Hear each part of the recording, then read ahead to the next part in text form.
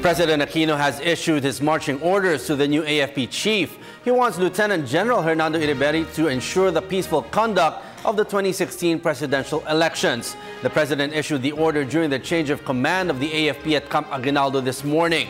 Iriberri assumed the post vacated by Gregorio Pio Catapang, who retires from military service tomorrow. Meanwhile, President Aquino assured that his administration is drafting a pension bill seeking to ensure the continuous flow of funds for the benefits of the soldiers. More details from Elena Luna. President Aquino challenged the new Chief of Staff of the Armed Forces of the Philippines to secure the coming elections. The challenge was made to newly installed AFP Chief Lieutenant General Hernando Iriberri during the AFP change of command ceremony in Camp Aguinaldo.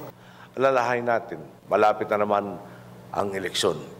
Kasama sa inyong tungkulin ang pagsiguro maging mapayapa at malinis ang pagpili ng ating mga kababayan ng susunod na pinuno. Sa ganitong paraan, ninyo masusuklian ang suporta at ang ibinigay sa inyo ng mamamayang Pilipino ang ating mga boss. The Commander-in-Chief reminded Iriberri to continue the reforms made by General Gregorio Pio Catapang Jr. and the other AFP chiefs. He expressed hope Iriberri will enable the AFP to deliver better military service. Iriberri is known to lead military operations without any casualty from his troops. He displayed the same kind of leadership last elections. Noong 2013 elections naman, nakadestino kanyang brigade sa Abra. Sa ilalim ng pagbabantay niya at ng kanyang mga taon, sa kauna-unahang pagkakataon ay walang barangay na nagdeklara ng failure of election sa Abra at walang naitalang election-related violence sa lalawigan. Iriberri will continue the modernization and capability upgrade program that enabled the military to acquire new ships, fighter trainer aircrafts, and combat utility helicopters. President Aquino assured the men in uniform that while this is being implemented, the government makes the welfare of soldiers a priority. Inasikaso din natin ang disenteng pabahay para sa inyo. Nitong Marso, napirmahan ko na ang dagdag sa inyong subsistence allowance.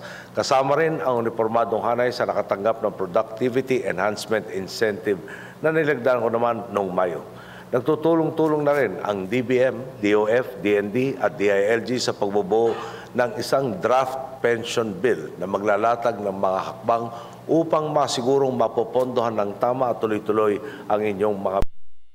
Sa ganitong paraan, madaragdagan na rin natin ang inyong bilang na sa mahabang panahon ay hindi nagbago kahit dumoble na ang ating populasyon. Malinaw po, sa daang matuwid, ipinagkakalob ang nararapat lang sa inyong mga handang magbuwis ng buhay kapag tumama ang sakuna, may banta ng terorismo o nakakahawang sakit at may gustong umangkin sa ating teritoryo.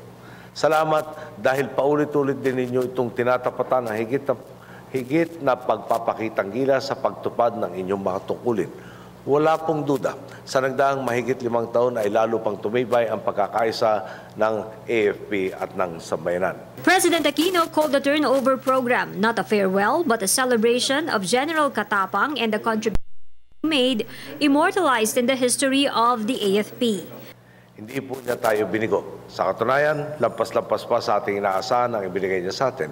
Mula sa pagpapatupad ng ating Internal Peace and Security Plan bayanihan hanggang sa pagtatanggol ng ating teritoryo, buong sipag niyang ginampanan ang kanyang tungkulin. Dahil matagal siyang nadistino noon sa mga lugar na madalas binabaha, ginamit niya ang kanyang karanasan upang patalasin ang disaster preparedness ng ating mga kawal. Nang malagay naman sa alanganin ng ating mga peacekeepers sa Golan Heights, ang mahusay niyang pagdedesisyon ang nagbigay daan sa tinatawag ngayong The Greatest Escape. Noong panahon ng pagluluksa ng sambayanan sa pagkasawi ng ating magigiting na pulis, isa siya sa mga nagsigurong manatiling maayos ng Philippine National Police at Armed Forces of the Philippines.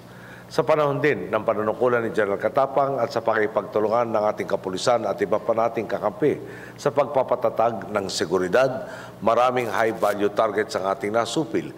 Kabilang na nga po dito ang mataas na opisyal ng BIFF na sina Basit Usman, Muhammad Ali Tambaco at Abdul Ghani Ismail. Pati na si Commander Paragon ng CPP, NPA, NDF. General Catapang, sa ngalan ng sambayan ng Pilipino, maraming salamat. For his accomplishments as AFP Chief, President Aquino conferred upon General Catapang the Legion of Honor with the degree of Chief Commander. For the People's Television, Elena Luna.